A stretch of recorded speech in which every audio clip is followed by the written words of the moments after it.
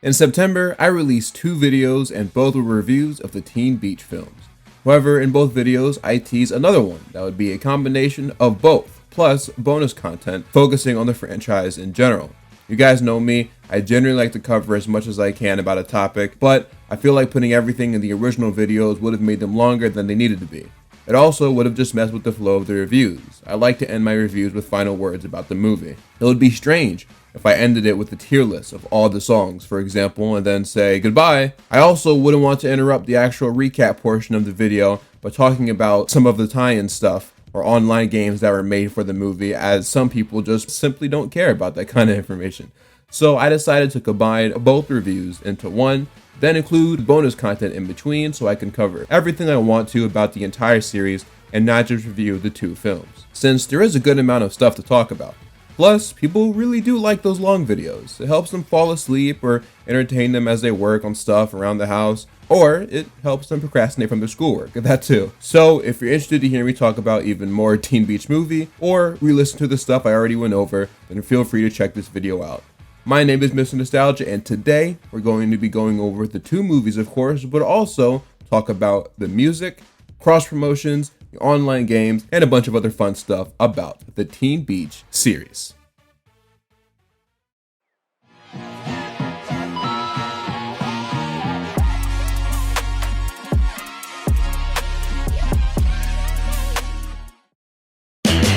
Teen Beach Movie. Yeah, I know. It's been something you guys have been wanting me to review for a while now. I'm doing it. Y'all can relax. Can you believe this movie is 11 years old now? I just can't believe we've reached a point where there are Disney Channel products that were released after I stopped watching the network that are over the age of 10. That's extremely weird. Like Dog with the Blog turns 12 this year. That doesn't freak any of you out? But yeah, here we are. Teen Beach Movie is kind of a weird film for me because I totally remember when it came out, as it was a really big event. But as I mentioned earlier, I just wasn't watching the network like that at the time. I do know that this movie, despite its old age now, has maintained a pretty big cult following, so when I finally decided to check it out, I was actually really excited. It's rare when I get to go into these movies that I review with having zero knowledge of them, and considering this movie became a franchise, that makes it even better. Plus, with me having zero nostalgia for it, that means that my opinion on it won't be biased. So, join me as I, Mr. Nostalgia, watch Teen Beach Movie for the first time and review it to see if it's truly deserving of its praise or if it's a product of people gassing up things from their childhood. Welcome to a place where everyone's in tune. Like me. Like me. But just a little offbeat. Are you serious? No, I'm Tanner. Remember that movie with the robot who taught the school to salsa dance and then went on to win the regional championship? Yeah. That makes more sense than this. Hit the beat You guys are strange. I like that. in the Disney Channel original movie event. I've never seen a chick quite like you. Chick? Really? Well, I want to lay some eggs. Okay. Teen Beach Movie. Premieres Friday, July 19th at 8/7 Central on Disney Channel. Teen Beach Movie premiered on the Disney Channel on July 19th, 2013. This was one of Disney's many attempts to recreate the success they had with High School Musical. And I mean, you could say that this was a certain generation's High School Musical, so they did kind of succeed. It is kind of interesting though how every few years Disney will release that one DCOM that suddenly goes on to be the main DCOM franchise of a specific generation. In the early 2000s, it was the Cheetah Girls. In the mid-2000s, it was High School Musical. In the late 2000s, it was Camp Rock. And in the early to mid-2010s, it was Teen Beach Movie. And now you got stuff like Descendants and Zombies. Granted, I don't think any of these franchises managed to reach High School Musical level success, but it's hard to capture lightning in a bottle twice, or however the saying goes, I don't know. The fact that they managed to make multiple huge franchises pretty much one after the other alone is really impressive. Disney knew how to create those banger musical franchises, and Teen Beach Movie is no exception. Anywho, the script was written by Vince Marcello, Mark Landry, and Robert Horn, the latter of which is known for writing other Disney Channel movies like Sweet Neptune. It's okay, that doesn't always mean anything.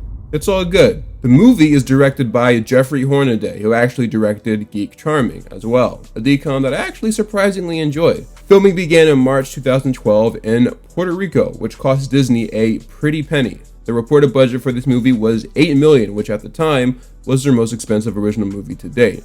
And honestly, you can see it while watching the movie. Not only is filming in Puerto Rico expensive, but there are shots in this movie that you just do not see in other DCOMs. I mean, this might be one of the few DCOMs to have underwater scenes, which I'm sure added to the complexity of its production.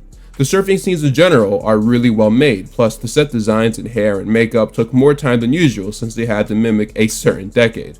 Couldn't just have these actors wearing anything.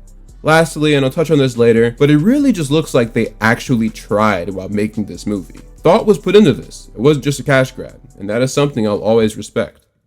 The movie centers around surfer teen couple Brady, played by Ross Lynch from Austin and Ally, and Mackenzie, aka Mac, played by Maya Mitchell from that one episode of Jessie. I knew she looked familiar.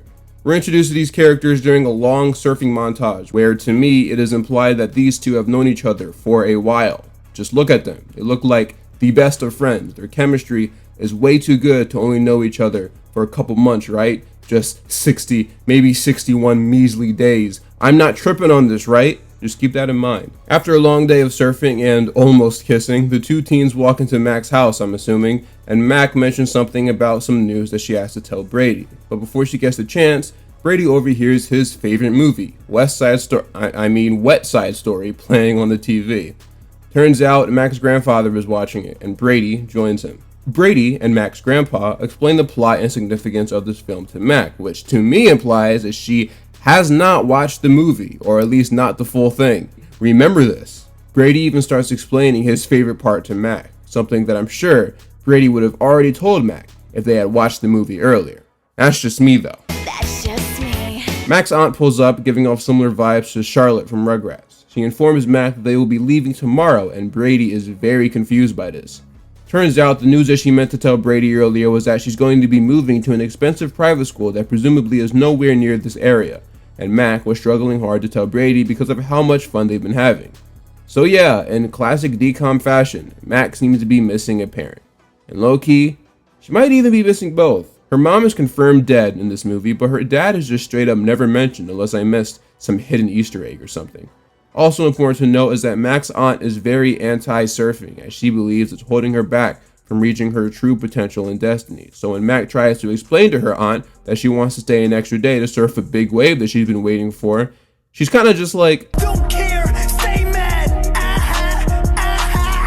Brady, rightfully so I guess, is pretty mad that Mac didn't tell him she was leaving, but she explains to him that she just simply didn't know how. She then talks about how originally, after her mother died, the deal Mac made with her aunt was that she would stay here for the first part of high school, but then when things start to get serious, she'd leave with her aunt to attend that fancy school. She then pulls out her mom's journal, a journal used to write down her deepest thoughts and feelings, which I feel like is kind of weird to have. Like, would you really want to have all of your mom's thoughts at your disposal? Especially if it goes back to like before you were born and around the time she met her eventual husband, you know what I mean? Regardless though, Mac reads from her mom's journal an entry that basically states that she wants Mac to become a great success and that she marches through life triumphantly. Despite this though, Brady tries really hard to convince Mac to stay, claiming that she can excel and find great success in whatever she wants. But it seems like things are final. Mac will be leaving, which of course only upsets Brady.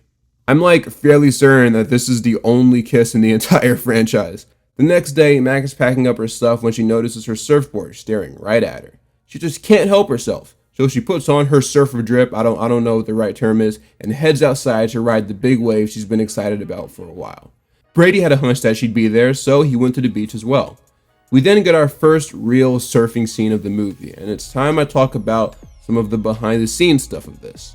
While obviously a portion of the surfing was done by stunt doubles, a lot of it was actually done by Maya Mitchell and Ross Lynch. They both had to take surfing lessons for their role, and I'm glad they did because having to constantly cut the cameras to hide the fact that it's a stunt double would have been annoying. And later on we get much more emotional scenes in the movie that to me benefit from actually being able to see their faces. Mac is really in the zone right now, and everyone is watching her shred it up. Or is that more of a skateboarding term? I don't know. At some point though, a storm starts to pick up, and so because of this, the lifeguard blows his whistle to alert everyone that it's time to come in. Thing is though, Mac is a little too locked in right now. She really wants to get this surf done before she has to leave.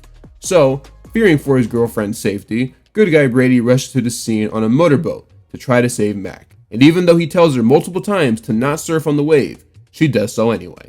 causing her to wipe out. And well, she dies. And that's the end of Teen Beach Movie. No, let me stop. Okay. Brady goes in after her, but they both kind of disappear for a bit. And when they pop back out of the water, it seems like the storm has settled. After they grab Max aboard, she and Brady argue about what just happened. This is the part where you tell me I'm your hero and then you shower me with kisses. No, it's not. This is a Disney movie. The arguing stops, however, once they start to hear music and realize that they aren't in Kansas anymore. Instead, it seems like they're trapped in a movie. That movie being West Side Story, aka Brady's favorite film. We then get the first song of the movie, Surf Crazy.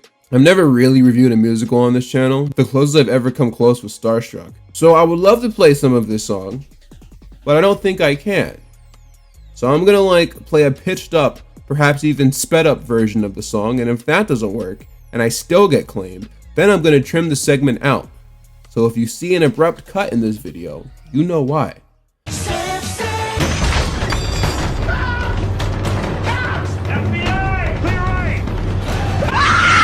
I think Surf Crazy is a fine song, but what impresses me the most is the production behind this scene. Out of all the Disney Channel musicals I've seen, which is like 4, I don't know. This scene is probably one of the best in terms of how well it's put together. Everything from the set pieces to wardrobe, the people in charge really put on a masterclass. Also worth pointing out is that for the first time we are introduced to Tanner, played by Garrett Clayton. The only way to explain his character is by saying he's a character, but we'll talk about that more later. Matt, we're in the movie. What movie? My movie, West Side Story. Mac was able to watch an entire musical sequence of the movie West Side Story and still not know what movie it was. Clearly, she has not watched this movie. Remember this. Her and Brady naturally have completely different reactions to this. While Brady is super ecstatic to finally be in his favorite movie, Mac has a normal person reaction and is wondering how this is even possible. After the Surf's crazy musical number is done, the characters in the movie notice Brady and Mac, who are almost quite literally fish out of water. What up, dog? Far out. It thinks we're animals. And where you cats from? Oh, so cats is okay, but dogs is weird. Alright, that's pretty funny. Brady and Mac introduce themselves as a couple from far away, but not that far away. Their words, not mine. They get interrogated by Seacat, played by Jordan Fisher, aka Impulse from The Flash. A lot of you guys get mad when I only mention one thing an actor has been in, instead of that obscure movie or show that you also know them from, so here, have bro's entire filmography, leave me alone. The interrogation stops though when a bunch of bikers enter the Big Mama's restaurant. The main beef between these two is a classic case of turf wars. The bikers want the surfers gone so they can have this place to themselves, while the surfers want the bikers gone for the same reason. This is clearly inspired by the Zeke and Luther episode, Roller Dirt, where the skaters want the roller skaters out of their main hangout, ramps. But things take a turn when Luther falls in love with a skater whose name I don't remember at the time of writing this. Anytime, BRB. That's short for Big Red Bunny. No one cares. I imagine this is how most of you react when I reference Zeke and Luther on this channel. Mitchie, the leader of the rodents, comes in on his bike and the whole gang assembles around him. And they start to square up the surfers. I thought you surfers was all washed up. Yeah, because clearly you just drifts. You should make like the ocean and wave goodbye. Hold on, they were kind of dropping some crazy bars there. Good night. That wordplay is insane. Is this how all dialogue in movies like this back then were? I have to start watching them more often. Genuinely, I think the oldest movie I've ever seen is like The Aristocats, which was from 1970. Underrated film, by the way. Literally only a few minutes after the first song, we're already introduced to the second and arguably the most popular one, Cruisin' for a Bruisin', an obvious reference to the Sweet Life on Deck episode of the same name. I'm assuming you guys all know what this song sounds like. This is actually one of the only things that I knew about Teen Beach Movie going into it. That's how blind I went in for this review. I remember seeing promos using this song, and I think the one they sang at the end of the movie. Again, I think it's fine. I like the instrumental more than I do the singing and lyrics. Bubblegum, cherry pop, go to the hop. What? Watching this scene made me realize that Ross Lynch might just be a better dancer than he is actor or singer. He's not a bad actor, he's just very Disney Channel, so when he's in a Disney Channel format, like Austin and Ally, it's easier to hide. And then as for singing, I'm sure he's improved since he's been a teen, but again, he's not bad. He's just not great either, in my opinion. all 4 members of Big Time Rush clear, sadly. I'm not saying this to hate on his performance in this movie or anything, by the way. He's doing a good job. I just think his dancing gets overlooked. That's all.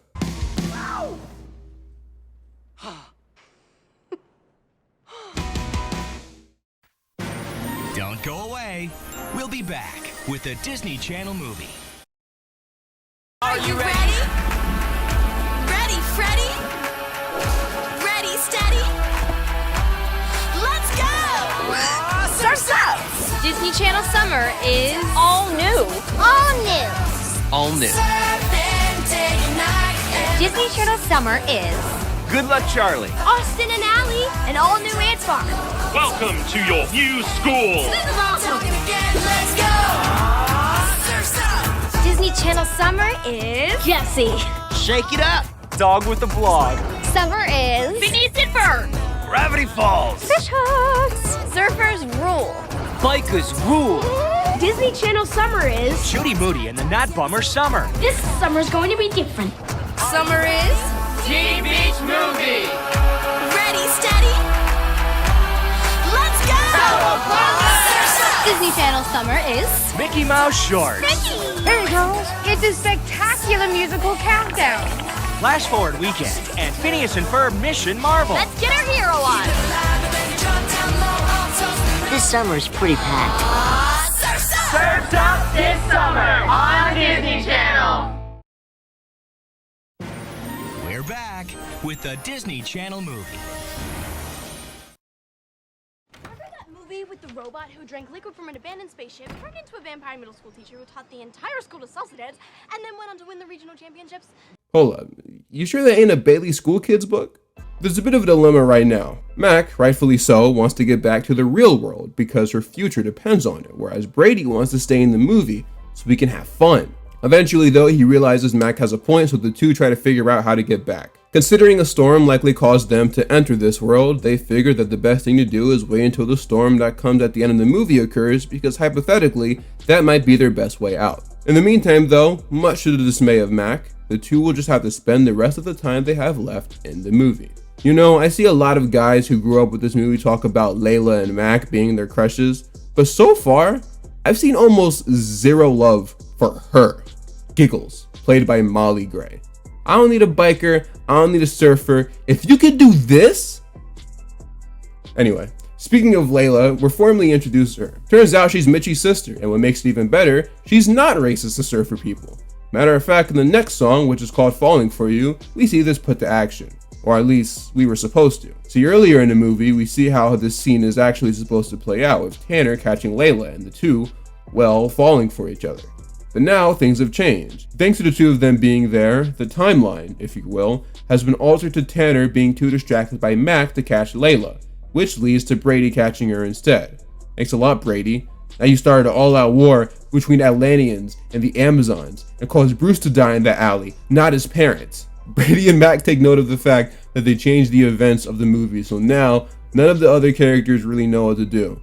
I'm gonna ask you something, even though I know and I know you know. I know you know. Is that a Psych reference? This is the part where everyone tells me in the comments to review Psych. Do y'all really think a Psych video would perform well on my channel? Y'all don't even want to see me talk about Rugrats. Now that they know it is 100% possible to change the events of the movie, Brady and Mac try to see if the bad guys who are supposed to build the storm they need to get home are still in fact trying to build it. Because if not, they're cooked. They head to the bad guy's lair when we're introduced to Dr. Fusion, played by Bertram, and Les Camembert, played by Steve Valentine, who you might know from I'm in the Band. And he was in an episode of Psych. See, I told you it was a Psych reference. Brady goes on to explain their plan. They want to take control of Big Mama's restaurant because they know it'll be worth a lot of money. So after numerous attempts to convince Mama herself to sell it to them, they decide to create a weather machine to create a storm that'll be so bad it'll make the bikers and surfers want to go away. Then they could turn it into a beach resort and relish in their infinite money glitch. So this was something that I really had no idea about going into this film. I swear they just never advertised this part of the movie in the trailers and promos. If y'all would have shown that Bertram was in the movie, maybe I would have watched it. That's not true. I definitely still wouldn't have watched it. But someone might have. And this thing never won an Oscar. I think Mac probably has the best lines in this movie. Right now, I like her way more than I like Brady. Their plan now is to make sure the movie gets back on track so the storm they need to get home happens. And the only way to do this is by making sure that Layla and Tanner fall for each other, like the original version of this movie. So the two get to work to try to make these two characters fall in love, but of course, this only leads to another song. The song is called Meant to Be, and it's mainly about finding a partner that matches your every need and stuff like that. But the issue is that even though Brady and Mac are singing about Layla and Tanner think they're singing about themselves, which just makes them want to date the newcomers. This song is just kinda alright. The good news is, besides that one song we get in the very beginning, most of the music actually has been pretty passable. After their first attempt doesn't go as planned, they decide to wait until the next scene of the movie, which involves all the boys hanging out at Big Mama's and all the girls hanging out at Layla's house for a sleepover. Before they leave though, they spot something interesting. Mac's surfer drip has seemingly disappeared, and the two deduce that this is due to that kind of clothing not existing in the 60s. This means that they need to hurry, because considering that they did not exist in the 60s, the same thing could happen to them. At the slumber party, Mac questions why everything Layla and the girls do is for boys, instead of doing things for themselves. This, I guess, is supposed to elucidate the change of mindset from the 60s to now. Though considering that this is a movie world, I guess this is really supposed to be a reference to how girl characters were written in the 60s versus how they're written in the present. I say I guess because I don't watch 60s stuff, aside from like Hanna-Barbera cartoons, and most of them didn't even have female characters besides the Flintstones and the Jetsons. Mac questions why they have to wait for a boy to ask them out instead of just asking them out. After all, girls can do anything that boys can do. The theme of this scene and this whole subplot in general would have hit a lot harder if the beginning of the movie actually dealt with Mac getting flack from male surfers about being a female surfer. Naturally, conversations like this are only going to come when you have a girl from 2013 go back in time to the 60s and see what the social norms were like then. But when you really think about it, this scene isn't necessarily a one-on-one parallel with Mac's main story from earlier. Like, okay, it kinda works, but not enough to justify the rest of the film's story. Mac's issue is that she felt pressured from her aunt and potential thoughts from her mom about what's best for her life. But ultimately, she should want to do whatever she wants to do. I mean, after all, It's your life. You can decide what to do. this scene and that line were totally meant to be in reference to Mac's main conflict, but to me, those two situations are not similar enough for me to accept this as a parallel. So far, I actually like this movie, by the way. I just think there was not much of a correlation between Mac's conflict and the way she, spoiler alert, eventually solves it. Meanwhile, in the B-plot, What are you trying to do? It's this game I play where I shoot stuff and I try to hit that angry bird. Wait a minute, angry. a conversation about women between Brady and Tanner leads to my favorite song of the movie, Like Me.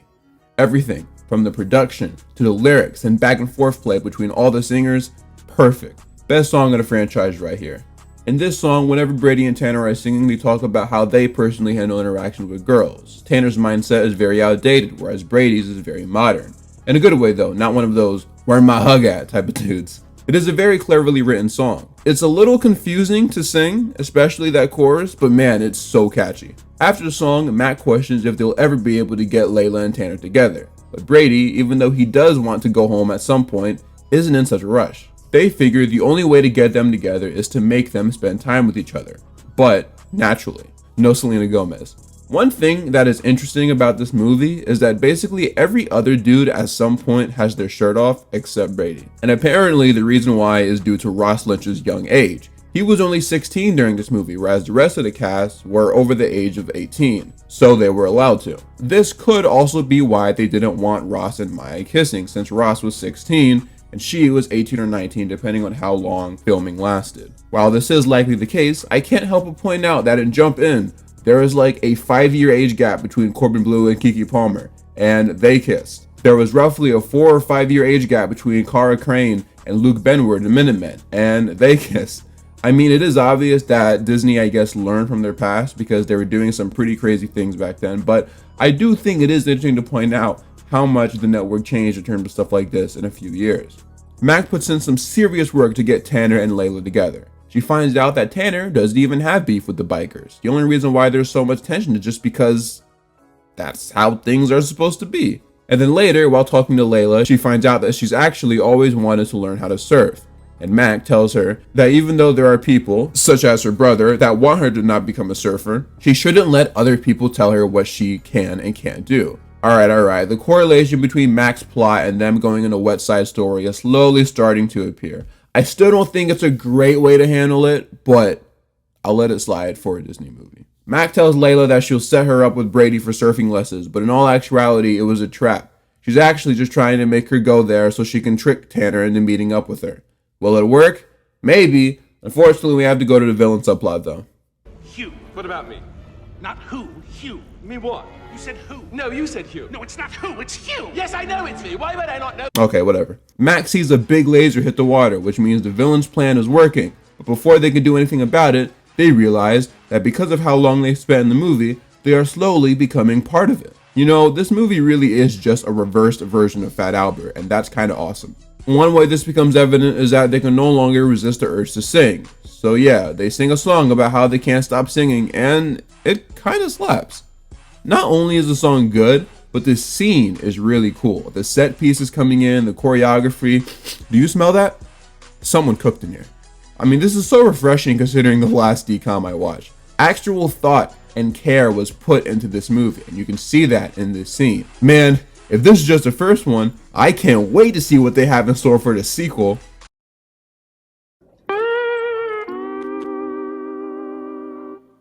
Fortunately, it looks like Layla and Tanner are finally starting to spend time with each other. Unfortunately, Brady and Mac have a very villainous encounter.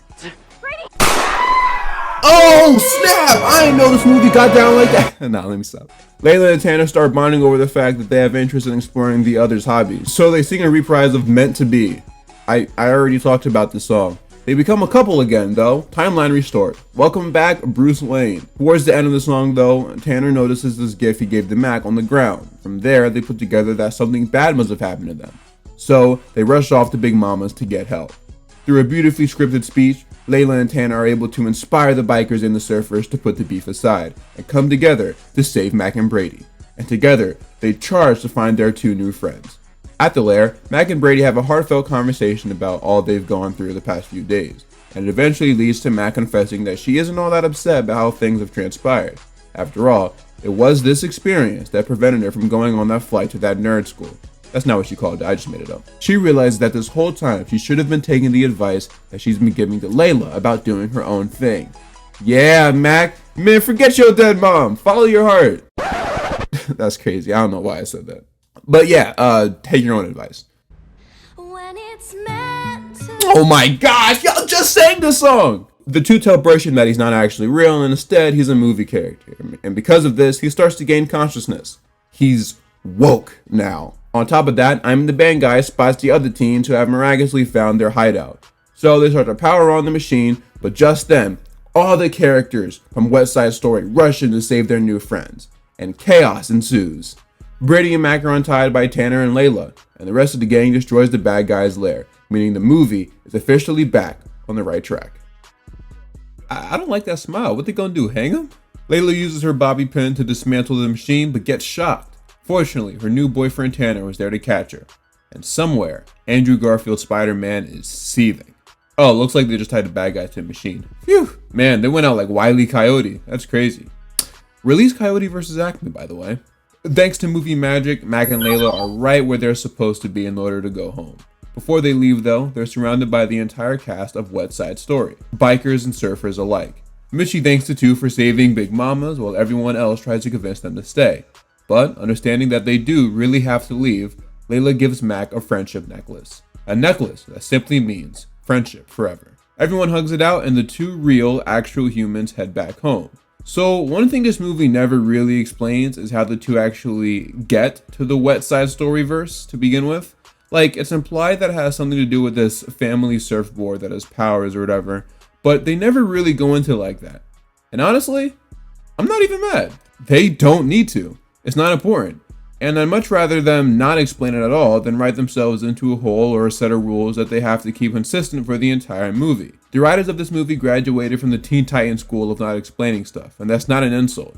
Teen Titans for the most part was a much simpler show compared to the other DC animated outputs from that era, so they didn't really explain stuff that wasn't immediately important to the story, such as most of these characters' origins or civilian lives. I would love to make a video talking about how that wasn't always a good thing, but my audience does not want to see me talk about animation, so Mac and Brady managed to surf their way back to the real world, seemingly picking up right where they left off. Because of this, Mac is given another opportunity to finish her surf, and she does so. Might I say, triumphantly, just like her mom would have wanted. Everyone celebrates Mac's epic surf just for the mood to switch immediately once her aunt comes into frame, but this time, Mac's got something to say. My mom wouldn't want me to be successful like you. She'd want me to be happy doing what I love. Like you are doing what you love, but it's not what I love. I'm trying to read between the lines. Yeah, and you're Bella Thorne, apparently. She don't want to go to that trash school. She wants to be a surfer and stay with Brady and Grandpa Max. Anyway, they hug it out, and because of all the positive emotions, everyone busts into a musical number, and this scene makes no sense. I obviously understand Disney wanting to end this with a song, but this is the real world, where musicals don't actually exist. So how do all of these regular people just know all the words and choreography? I'm assuming this has never happened in this world before. But then, two people briefly go into an alternate dimension, and now suddenly everybody and their mom turns into Jared McCain. Look, I get why they wanted to do this ending. I just don't think... Man, whatever. It's a summer paradise, cruising with the boys and girls. Alright, movie's over. During the credits, we get some bloopers. Those are always fun. But what matters the most is that, like a comic book film, we got a post-credit scene teasing the cult classic sequel that everybody loves, Teen Beach Movie 2. Oh boy! A man sees the West Side Story crew come out the water and enter the real world, channeling their inner SpongeBob movie. He asks if they need help, and he hands him his phone that for whatever reason has a picture of Justin Bieber on it. Just already loaded. But how exciting is this? The West Side Story crew is in our world now. Great. I'm sure that'll be a really fun experience.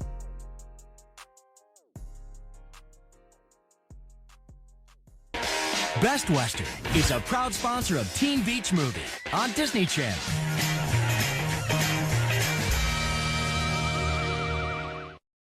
The wait is over. Teen Beach Movie premiere weekend is finally here. What? 3 days of Teen Beach Movie hosted by the cast. How cool is that? Surfs Up Friday with the premiere of the Disney Channel original movie, Teen Beach Movie. Then on Saturday morning at 11:10 Central, join a live chat with the Teen Beach Movie cast. It's your chance to get your Teen Beach Movie questions answered. Go to DisneyChannel.com/live chat right now to submit questions and comments. Radical. And on Sunday night, rock out with the cast again with the Teen Beach Movie sing-along. We just ride all day. We're not gonna live any other way. Ride the wave, Friday night, Saturday morning, and Sunday night. The biggest party of the summer Is right here. Disney Channel is the only place to be. Teen Beach Movie premiere weekend starts Friday at 8/7 Central on Disney Channel. So, I don't like musicals. Matter of fact, the only thing I think is worse than a musical is a Disney Channel musical. Despite this, I actually did like this movie. I think it's legitimately good, and I didn't think I would come out with that opinion, but hey, here we are. The movie is, in case you couldn't tell, a parody/love letter to the old beach theme movies that were very prominent in the 60s. And yeah, admittedly, I don't know much about that world. I did, however, watch a lot of Gidget with my mom growing up, so that's like the only beach-related stuff I have any memory of. Despite this though, I do feel like they probably did a good job in capturing that era, even down to the stuff that potentially hasn't aged well.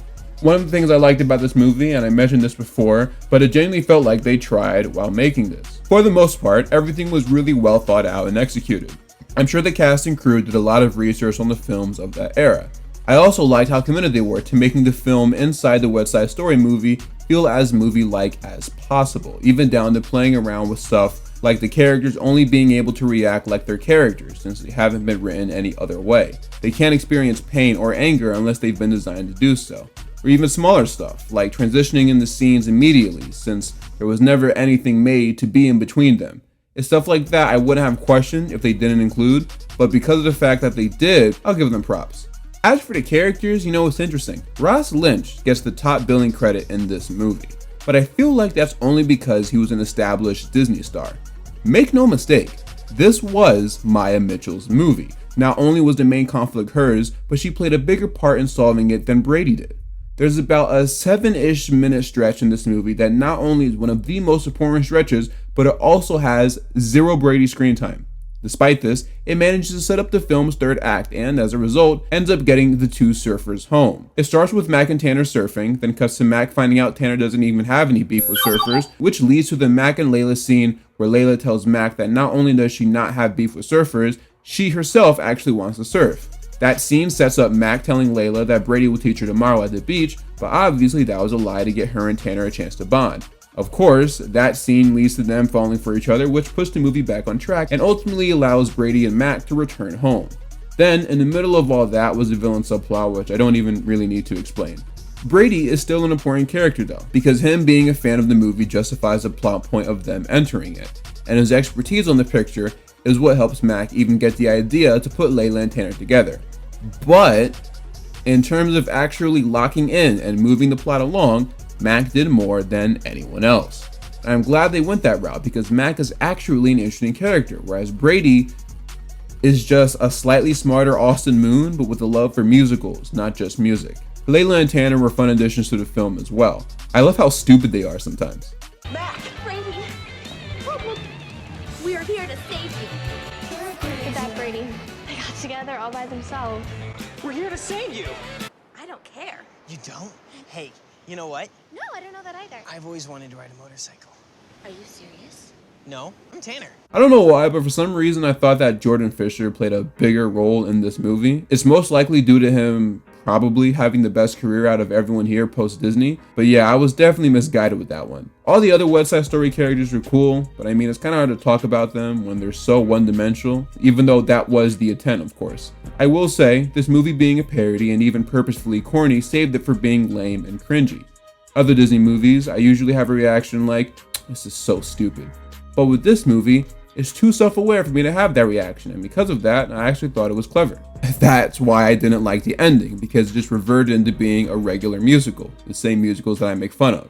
And then obviously, speaking of music, the soundtrack for Teen Beach Movie was pretty good, honestly. Like Me and Can't Stop Singing are probably my two favorites, with my least favorite being Oxygen, the one from the very beginning. Sorry, Maya Mitchell, but you missed with that one. But in terms of actual West Side Story songs, then Meant to Be would probably be my least favorite, just because they kept spamming it. The songs in this movie were all pretty memorable though, and unfortunately, a few of them will be stuck in my head for probably the rest of my life. As for negative stuff, I don't have that much to say, honestly. The second act kind of drops a bit, and I feel like the third act wasn't grand enough to warrant such a drop. Also, the bad guy plot was not it. I get it was supposed to be a parody or whatever, but I personally felt like it was just a cheap way to shoehorn a storm into the movie. Plus, unless I'm completely wrong, I'm pretty sure Beach Movie from the 60s did not have these kind of plots, so. I also just don't like Ross Lynch's voice. No disrespect, I'm sure it's deeper now. I just don't like it. And I think that's part of the reason why I don't really care for Brady. Like, there are some aspects where I relate to him because, well, if I got sent to the world of like Zeke and Luther, I wouldn't want to leave either, but I don't know. Overall, I think Teen Beach is a good movie. I get why people like it so much. Cool songs, cool characters, coolish plot. I'm gonna give it a solid 3.1 out of 5 stars. At the end of the day, it's still a musical and I just don't like musicals, so that's always gonna knock it down a peg for me, but it is good. Let's hit the water with Teen Beach Movie. Before I landed this role, I had never touched a surfboard in my life. To prepare for the role, I had to do like some surfing, which was absolutely amazing because I've always wanted to surf. And I was super pumped for that. That's completely exhilarating because you work so hard and you're so frustrated and you were like 90% salt water by the time you actually learned to get up on a surfboard. I guess there's a couple of tips that I learned when learning to surf. Start off on a longboard because it's so much easier to catch waves. It does take a little while to get used to it, you know, but once you get it, it clicks. So keep at it, don't give up. I ended up just having a ton of fun and learning so much, and Ross and I have just been having a blast in the water. It's such an amazing experience. Get ready to ride the wave. The Disney Channel original movie, Teen Beach Movie, is coming this summer. Alright, so our first new segment here, we will be going into detail on some of the Teen Beach related sweepstakes and programming that Disney used to air. I know y'all probably remember some of these. Sweepstakes were pretty common for Disney back in the day. There was a Jonas Brothers one, a High School Musical one, even a Disney Channel's game one. I know someone is going to ask me why I didn't bring up the Danimals Zack and Cody one, even though it was done by Danimals and not Disney, but yeah, there's technically that one too. I even got reminded recently of the Lemonade Mouth sweepstakes, where Disney would send a kid and their family to LA to meet Bridget Mendler. Point is, Disney had a lot of these things, and Teen Beach Movie had a couple of them as well. And they were actually running around the same time, which is crazy. Like, they would air promos for these in the same commercial break. The first one we'll talk about is the Surf's Up sweepstakes / contest held in August 2013, where basically they'd air a rerun of the movie, and you had to count how many times they said the word surf. Then, after the movie, you could go on your computer and log on to DisneyChannel.com, with your parents' permission of course, and type in your number. And then Disney sent the winner of the sweepstakes a surfboard signed by everyone in the cast, which would make for an elite house decoration. That same month there was also another sweepstake, one a little more family oriented, which was a partnership between Disney and Honda.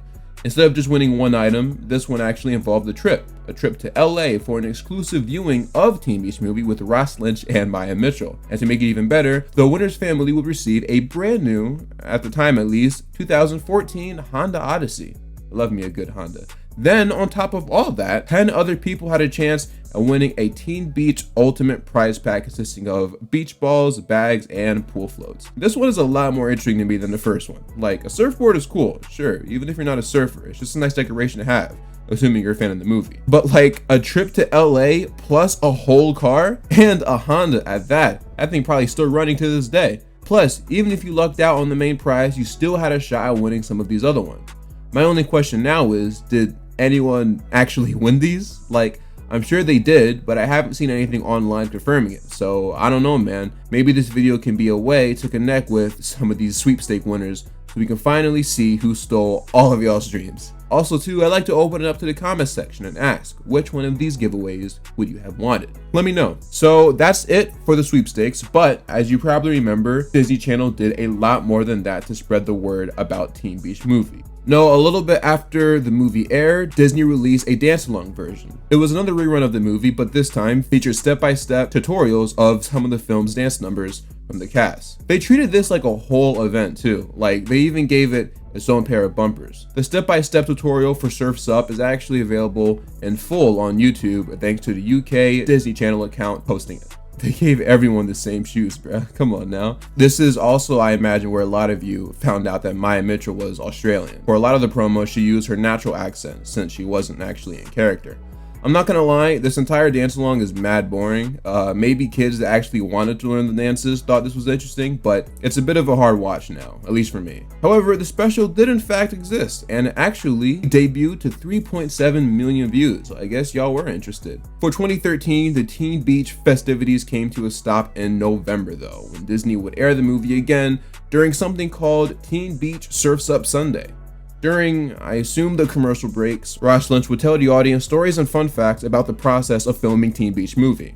On top of that, Disney enlisted some musical acts around the time, like Pentatonics, for example, to do covers of some of the Teen Beach songs. Man, Pentatonics used to be huge back in the day, bruh. I wasn't really into them that much, however, I did really like their Daft Punk medley, since I am a huge Daft Punk fan.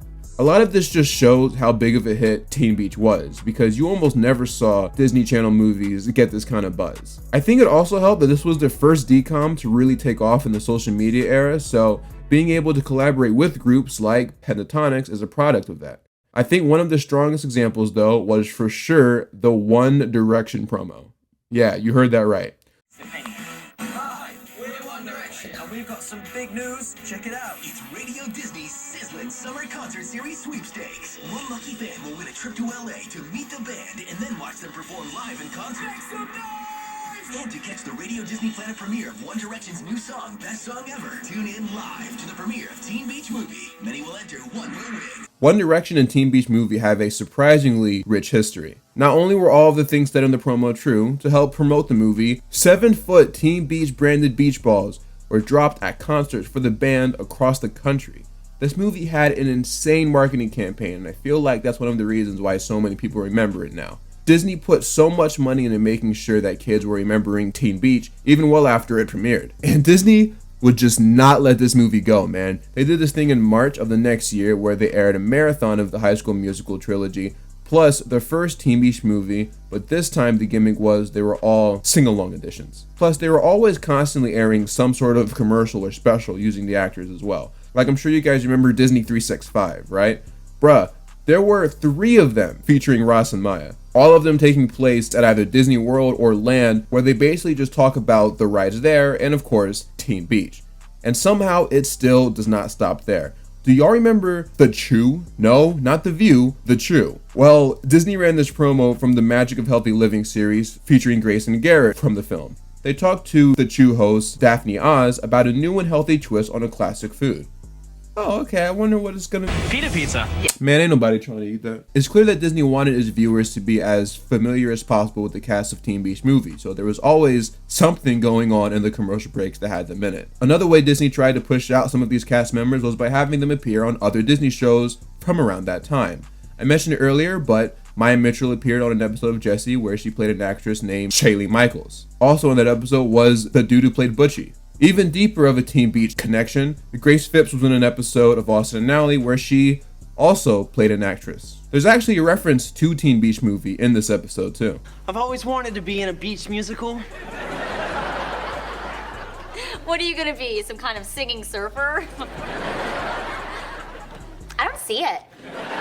One of the more prominent and longer lasting examples of this though is Jordan Fisher, who became a recurring character on Liv and Maddie, appearing in 12 episodes as Holden Dippeldorf, the sister's next door neighbor and eventual love interest for Liv. You know, speaking of Jordan Fisher, I don't think my audience would appreciate it if I did not mention how hard this dude went in the Do You Want to Build a Snowman music video. He actually explained in a recent interview that the reason why he did so was because of how many times he auditioned for lead roles on Disney Channel but never got any. He auditioned for both Brady and Tanner and got really close actually, but obviously did not get either of them. Plus he tested for a bunch of other stuff and experienced similar luck. And see, I always felt like Jordan Fisher wasn't used to his full extent in the Teen Beach films, so I'm glad there's like an actual reason why I felt that way. I think because of me being vaguely aware of his roles in Liv and Maddie and other Disney promotional stuff around that time, I thought he played the role of like Tanner's best friend or something. And remember, I'm talking before I watched the movie, obviously. While I do believe that Jordan should have had a leading role in Disney, as I mentioned earlier, he did go on to have a pretty good acting career post-Disney. So, I mean, maybe being locked up in a 3 or 4 year contract wouldn't have been the best for him. He's been able to be seen as more than just a Disney actor because of the fact that he was always kind of just a supporting character in everything he was in. Shout out to Jordan Fisher though, cool dude. One thing that Teen Beach did unfortunately miss out on due to the era it was made in was getting an officially released video game for consoles. High School Musical had some, Camp Rock had some, it was pretty common back then. However, it didn't completely avoid games in general though, as we did get quite a few online flash games on the website. There was the Surf and Turf, Dance Rumble, Brady's Beach Scramble, and Closet Surfing. All of these are actually still available to play if you have the Flashpoint software, and I was going to play some of these, but for the life of me, I just could not get that program to work. However, the connections to games don't just stop here though, as there is a pretty big one that I haven't mentioned yet, and once again is a great representation of the era Teen Beach aired in, that being the Club Penguin cross-promotion event. Around the time the movie released, Club Penguin partnered up with Teen Beach to create the ultimate summer jam where you can dress your characters up like characters from the movie and play games in rooms inspired by the movie. You could even meet Brady and Mac, although obviously in penguin form. I don't really know much about Club Penguin though, so I'd rather let a professional tell you about it. The island has been transformed into a beach party with costumes and rooms that are all inspired by the movie. Your penguin can be a surfer or a biker, and you may even find a few penguin versions of some of your favorite characters from the movie. The Brady and Mac inspired penguins are going to be doing a special performance on the stage at Big Mama's. Members can get backstage access and a chance to meet them. The Club Penguin Teen Beach Movie Summer Jam starts August 22nd. To check it out, just ask a parent first, then log on to clubpenguin.com. Until next time, this is Hallie helping you get your game on.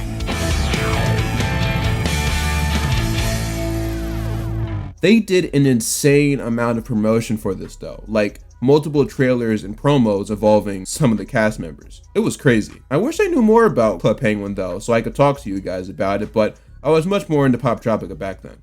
And Millsberry, if any of y'all remember that. And someone said there was a Teen Beach Pop Tropica tie-in, but as far as I could tell, there wasn't. There was, however, one for the second movie. Kinda. You guys know me though, I want to be as educated as possible about a topic before I talk about it. I knew that I had to at least attempt to see if this was still playable somehow. So I reached out to Club Penguin lore expert Kian Carlisle to see if this event was still playable somehow. And he explained to me in a voice message that while it's not totally impossible, it's very, very unlikely considering that the themed events based on IPs weren't all that popular amongst the Club Penguin fans. So no one is really still running those servers. Shout out to Kian Carlisle, man. Please don't review Zeke and Luther before me. That's pretty much it in terms of fun facts, tie-ins, and special programming for the first movie. The rollout for this movie, as you can see, was absolutely insane. And like I said, I'm sure it really helped with keeping the movie fresh in the kids' minds well after its release. Disney worked hard to make this movie stand out from the rest because they knew it would be huge. Unfortunately though, because of its scale, it ended up getting a sequel like a lot of Disney movies. And well, it's time we finally talk about it.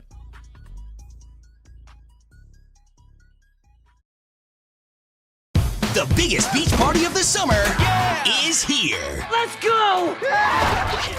Next Friday. They are actually here? You're here with us. Is Teen Beach 2 premiere night. I wanna feel this beat, cause it gotta be me. Honey, need to see that it gotta be me. I gotta be me. It all starts I have an assignment from the President POTUS. with a new Casey Undercover on a special night in time. The game is about to begin. It's a mission of national security. Then, it's the premiere of Teen Beach 2. Come on, Tanner.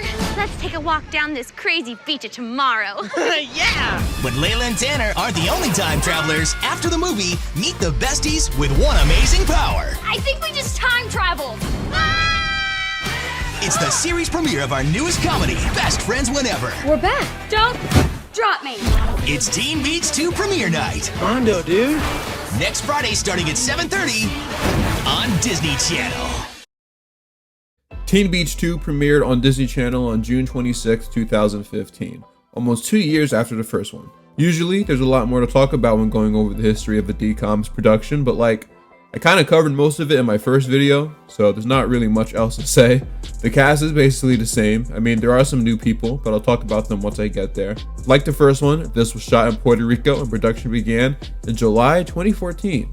For 2015, this movie was still considered a success rating-wise, as it premiered with 5.8 total million viewers. The highest rated Disney Channel movie premiere since, well, you guessed it. How to Build a Better Boy, no. Teen Beach movie, obviously. The movie begins with a lot more of a tranquil opening scene when compared to the first film. While the original started off with an epic surfing montage, this one is a lot more romantic and sentimental. Brady, to celebrate his 3-month anniversary with Mac, takes her to the exact same spot in which they met, even down to the very minute. He does this to celebrate the most bodacious summer of his life. His words, not mine. He shows Mac this little setup he made so the two can simmer down and talk about the day they met. They described the event as Brady watching the movie West Side Story on his tablet when Mac took notice of him and made her way over. Brady invited her to check out the movie, and although Mac was hesitant at first, she eventually agreed after Brady offered her a mango smoothie if she didn't enjoy it. Okay. I know y'all been waiting for this, so let's address it. I got you. There are 3 things that I need to point out. The first one isn't even all that crazy. I just think it's funny how this movie takes place in the same summer as the first one, even though Ross Lynch looks considerably older. I know how filming and growth spurts work, I just want to point it out. Here's the actual main issues though. If you remember, in my first video, I said, we're introduced to these characters during a long surfing montage, where to me it is implied that these two have known each other for a while. Just look at them. They look like the best of friends. Their chemistry is way too good to only know each other for a couple months, right? Just 60, maybe 61 measly days. I'm not tripping on this, right? Just keep that in mind. This to me isn't really a plot hole, but in my personal opinion, it's kind of obvious that the writers originally had a different idea for the time frame of Brady and Mac's relationship. Just judging off their interactions throughout the entire movie, to me it seems like they've known each other for more than just a summer. Am I alone in that? Okay, cool. Now, when they met isn't really an issue because it's never officially confirmed.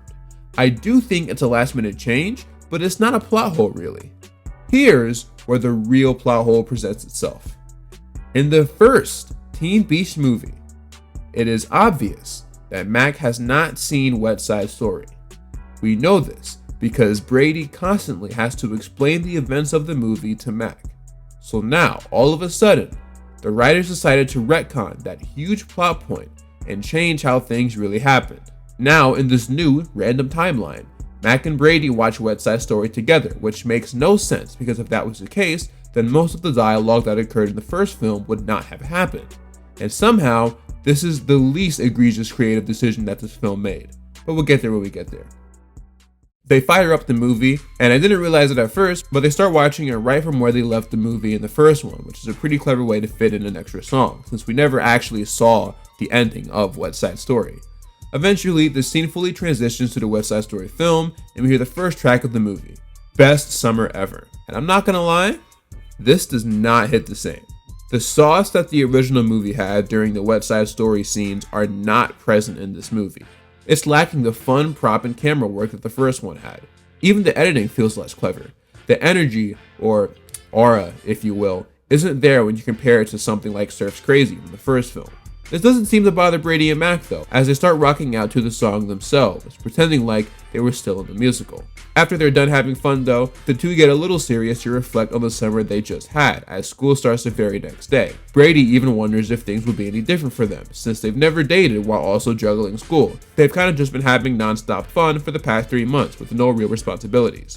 There's even a line there that implies that they never really saw each other in school all the other years, which is kinda interesting, and not in a good way. I'm not going to sit up here and pretend like I came up with this on my own because I'm not Stan Lee, so I'm going to give credit where credit is due. Reddit user InfinitelyAC pointed out that Mac told her aunt in the first movie that there was a wave coming that she waited her entire life to surf on. Then later in the movie, Mac tells Layla that Brady taught her everything that she knows when it comes to surfing. In the vacuum that is the first movie, that kinda works because you could just say Brady and Mac have known each other for years, which is, to me, implied. But then now, once you broaden your scope and incorporate the second movie, that's where things get tricky. Now, Brady and Mac have only known each other for 3 months, which means Brady couldn't have been the one to teach her how to surf because she had a wave that she wanted to surf on for her entire life. That means that somebody else, such as her grandfather for example, would have been the one to teach Mac how to surf. But if that's the case, then there is no way that Brady never took notice of a teen surfer girl around his age that lived in the same area and surfed at the same beach as him. That makes no sense. How did the writers mess this one up? Oh, there we go. That's the issue. Although the director of this movie is the same, they have a whole different squad of writers doing this movie. They even have a different script supervisor. This is definitely why there are so many differences. Before heading back to land, Mac notices that the necklace that Layla gave her at the end of the first movie is gone. Somehow it came off her while she was in the water. Brady offers to die for it, but it's too late. Besides, school starts the next day, so they should probably get some sleep. In the next scene, we finally get a glimpse of what Brady's and Mac worlds really look like, since they spend most of their time in the first one in West Side Story. It looks like your normal high school, but like Disney XD-ified. You got guys in football jerseys, you got some skateboarders, even a couple bikes. We're also introduced to Devin, played by Raymond Cham Jr.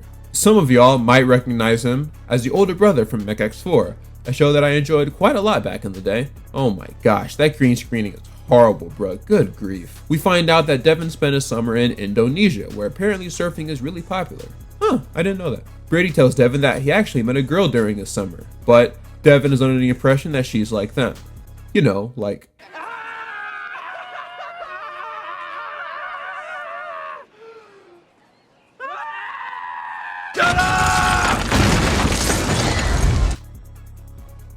That man cannot play basketball. We also get to find out more about Mac, who is a nerd, apparently. Although that does make sense considering she almost got sent to a smart school, so. She runs into her nerd friend played by Piper Curda, who you might recognize from I Didn't Do It. She was also in The Flash at one point, where she interacted with Bart Allen, played by Jordan Fisher, who was also in this movie. How nice. Brady and Devin eventually run into her in the hallway, and Mac is a little taken back by Brady just casually wearing flip-flops to school. And while Devin is a little weirded out by Mac being, well, actually prepared for school, Alyssa has the same reaction, but for the two boys' lack of preparation. I do not have a bag. I do, however, have a pen. How long has that been in there? Okay, you guys remember when I said Brady is just a slightly smarter version of Austin Moon? Y'all remember that scene where Austin basically does the exact same thing, but with corn dogs? What'd I tell you? I ain't forget about Pants Sunday either. Later during marine biology class, this dude named Spencer, who ironically in real life is also played by a guy named Ross, starts taking interest in Mac. Not even in a romantic sense either. They just have similar environmental hobbies, since Mac starting her oceanography club and Spencer starting an environmental study society. They start talking about nerd stuff together and Brady gets a little jealous. Maybe the couple doesn't have as much in common with each other as they thought. They catch up with each other later, and because of Mac's busy schedule, it seems like they won't really get the chance to hang out. Another issue that comes up is Brady seemingly having trouble with moving on from the past, as he suggests that the dance be 60s themed in honor of West Side Story. Yeesh, did you not watch the Teen Titans finale? Things change, my guy. But regardless, the one place the two will be able to spend some time together at is the college fair, where Mac has to do some more nerd stuff. Brady agrees to be there though, so he can of course support Mac. In the meantime, he heads home. He starts filling out his college application but gets sidetracked by a side project that he's working on. Ironically, one of the things that Brady struggled with on the application was not being able to write down any unique qualifications that makes him the perfect candidate. But then in the next scene, we see him making a surfboard from scratch, which no doubt requires an understanding of some sort of science thing that I'm not fully aware of. Whether you like it or not, Brady, you's a smart guy. No Taj Mahal. We're then introduced to Brady's mom, and yep, what do you know? She's a single parent. You know, I'm pretty sure in every single Disney Channel movie that I have reviewed on this channel, there's been at least one implied single parent. Let's do a quick count. So in the Sweet Life movie, obviously we know the deal with their parents. In Hatching Pete, Cletus lived with his dad and his dad only. Starstruck is an interesting one because both of the main leads had both of their parents. However, it's revealed in the movie that Stubby has lived with Chris Wilde for some time now, which might imply that something happened to his parents. Either way, Jessica's grandfather is dead, so technically, one of her parents at one point in time had a single parent, and I think that counts. Not a Disney Channel movie, but in Best Player, Jeanette McCurdy had a single mom. I feel like somebody had a single parent in Minutemen, and it might have been Zeke, but I don't remember because no one's parents were really present in Minutemen from my memory, so we'll leave a question mark on that one. Not a Disney movie, but the main dude in Spectacular lived with his brother. I'm pretty sure both of his parents died. And Jump In, Corbin Blue's mom died, and in Frenemies, Cobra Kai girl only lived with her dad. Obviously, in Teen Beach Movie, Mac's mom died and her dad was just never really mentioned, and finally, Brady lives with his mom. The next Disney Channel movie I review, spoiler alert, will likely be Den Brother, and just judging off the title alone, I am fairly certain that somebody's mom is dead. Brady starts expressing to his mom some of the issues he's been having at school, and his mom barely even gives him any advice. What kind of mom are you? No wonder why your husband left. We finally get another glimpse into the West Side Story world where it looks like the advice that Mac gave Layla is starting to affect the events of the movie. Layla ends up breaking character and volunteers to go with Tanner and the other men in the movie to destroy the machine. This causes a weird moment of disruption for a little bit until Layla and everyone else goes back to normal. More on this later. For now, it looks like Brady locked in a little too hard and forgot that he was supposed to meet Mac at her science thing. So he fumbles around this house trying to put some proper clothes on and finally makes it out the door only for him to arrive after the event finishes. Mac, what's going on? Man, you're a trash boyfriend, that's what's going on. This dude Spencer's probably like, he did it again, huh? They get into an argument about what just happened, and I gotta say, anyone with a brain has to be on Mac's side, right? I mean, Brady seemingly still has some growing up to do. What also doesn't help is that he doesn't want to tell Mac for whatever reason that he's been making a surfboard, so he can't even properly explain why he was late. The two come to the conclusion that maybe they work best as a summer couple, not a real one. This fight leads to a little montage, set to the second song of the movie, Me, Myself, and I.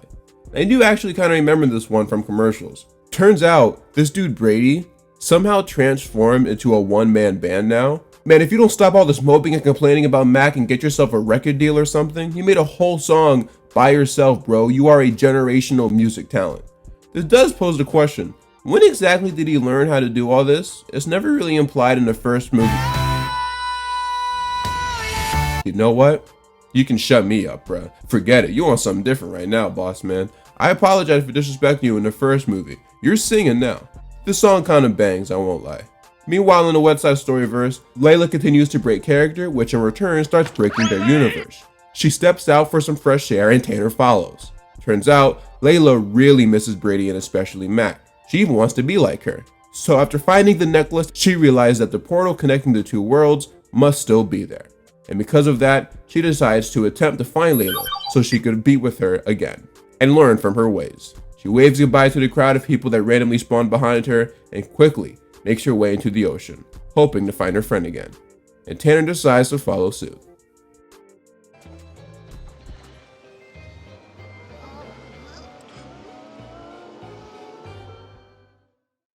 Hang loose. We'll be right back with the premiere of Teen Beach 2 on Disney Channel. It's Disney Channel stars like you've never seen them before. Laura Marano, Grace Phipps, Peyton List, Stay back. Lee Allen Baker, G. Hanelius, and Creepy Connie. We mean Sierra McCormick. What? Disney Channel's What the What Weekend. It all starts Friday at 8, 7 Central on Disney Channel. Surf's up. We're back with the premiere of Teen Beach 2 on Disney Channel. There is something interesting about the way this movie handled the West Side Story crew coming out of their world versus how the first movie did. In the first one, everyone kind of just magically appeared and it's never really explained why or how. In this one though, only Layla and Tanner show up. I don't consider this a plot hole or anything though. It's obvious that the writers of this movie had a much different idea for the sequel, and I agree that a simple retcon to change how they entered the real world instead of being forced to come up with a reason why all of them came out of the water just because the first movie did is much better suited. They do, however, recreate the scene where they're amazed by the technology of today's world, but instead they added other stuff like electric guitars and whatever this is. This dude trying to be Green Goblin so bad. Eventually, Layla and Tanner run into Mac and Brady, who coincidentally happen to be there on the beach as well. And the two try their best to explain to Layla and Tanner where exactly they are. Let's just say we're in the future. Cool. Cool? Tanner, that is way cooler than cool. Immediately, the two musical characters do what musical characters do and burst into a musical number. I don't really think this makes sense. Like, should Layla and Tanner actually know the words to other songs if they haven't been written by whoever wrote the movie? Or do the rules change just because they're in Mac and Brady's world now? Well, regardless, the song is called Right Where I Want to Be, and it's kind of mid. There is no sauce to the production of this song or the scene. Choreography is kind of mid too. They kind of just waddle around like penguins. Part of what made the first movie cool is that everyone was involved in the musical number scenes, and yeah, this one doesn't really require such an extravagant treatment since it really is just about Layla and Tanner and they are in the real world. But like, maybe that's a sign that a sequel, at least one with this kind of plot, isn't a good idea. While Layla and Tanner enjoy all the new advancements of today's world, Mac and Brady lock in and figure out what exactly they should do with them. After all, there's a chance that if they stay too long in this world, they might cease to exist. This movie is basically Fat Albert, but like, not good. But there's also no Bill Cosby in this one, so I guess it balances out. It also kind of gives off Barbie vibes as well. That's probably a more accurate comparison. Eventually, they decide to show them all the bad stuff about their world in hopes that they would make them want to go back. Yeah, that's a good idea, honestly. Y'all should show them like racism or something. That'll probably turn them off. I scared coming in clutch too. He just gave you all the material you need. Layla tries to help Mac blend into the modern world by letting her borrow her clothes. But because of her magical movie abilities, everything she wears just gets 60s-ified. That's like one of the only clever things so far that I've seen in this movie. Then meanwhile, in the West Side Story verse, Butchie and the rest of the main characters are starting to feel really out of place since the two main leads aren't there to keep the movie going. Because of this, he assigns Chi-Chi to start singing a song like Layla would have. This leads to a redux of Fallin' For Ya, and finally, Jordan Fisher gets to sing. Man, it's about time they used him. Unfortunately, this version is trash, though not even Jordan Fisher could save it. This don't feel right. None of it. Not one thing. Does it help if I do this? You know what? That actually does kind of help. That's pretty decent, yeah. Oh yeah, a guy dies, by the way. Back to the real world, Brady and Mac lay down some ground rules to Tanner and Layla, which basically entailed not drawing attention to themselves. But of course, they don't listen. Eventually though, thanks to a bit of teasing, the two start to realize that the people in this world aren't as nice or happy as the people in theirs.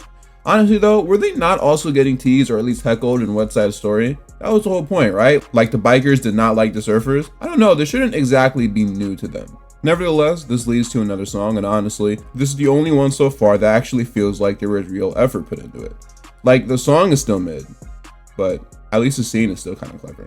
Alright, I gotta figure out how to make this video interesting because this movie certainly isn't. I have a headcanon that whenever someone from the music world travels to the real one, they radiate this energy that infects everyone around them with the urge to sing. That's why they all bursted out in the song at the end of the first one, even the background characters. And that's why everyone is bursting out in the song now, because really, this doesn't make sense and it never has. I'm literally going off of the rules of this movie and the first one, which they've seemed to have abandoned multiple times.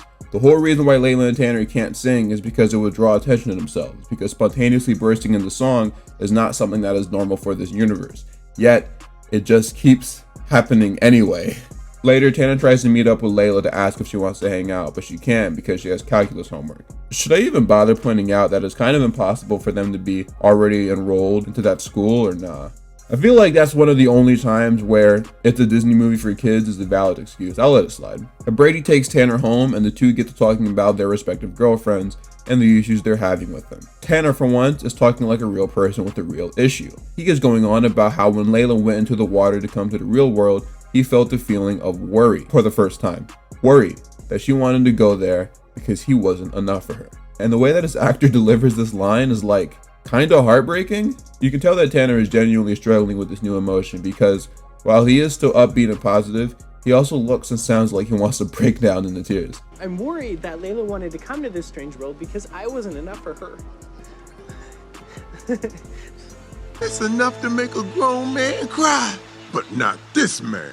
Get back in there, Tia. And then meanwhile, this dude Brady is all like, yeah, well, Mac is mad at me because I've been making surfboards. Like, man, if you don't get out of the way and let Tanner keep speaking, I actually genuinely feel bad for bro. He shows Tanner some of the stuff he's been cooking up, like his foldable surfboard. Even more impressive though, is a surfboard that doesn't need any waves to function. Remember that. Brady says he doesn't want to tell Mac because while he's just been making surfboards all day, Mac has her whole life planned out and he doesn't think she'd understand. Hey Brady, did you know that Mac is also a surfer? My brother, you were making groundbreaking technology that doesn't exist anywhere else, which by the way requires an understanding of some sort of science and probably a couple math problems. It's not like you're a complete idiot. Matter of fact, a little while ago, she literally passed on attending a prep school just so she can continue to surf with you. If anyone in the world would understand, it would be her. Also, doesn't her grandpa literally make surfboards? That's like me now wanting to tell my girlfriend that I want to become a rapper in fear of her not being able to understand, but meanwhile her dad is Ludacris or something. Come on, man. You know, Ludacris actually performed in my hometown recently. That was nice of him. While that's going on, the girls are having a similar conversation themselves. After talking about their boyfriends for a little bit, Mac notices that Layla is wearing modern clothes, meaning that she's slowly starting to blend into the real world.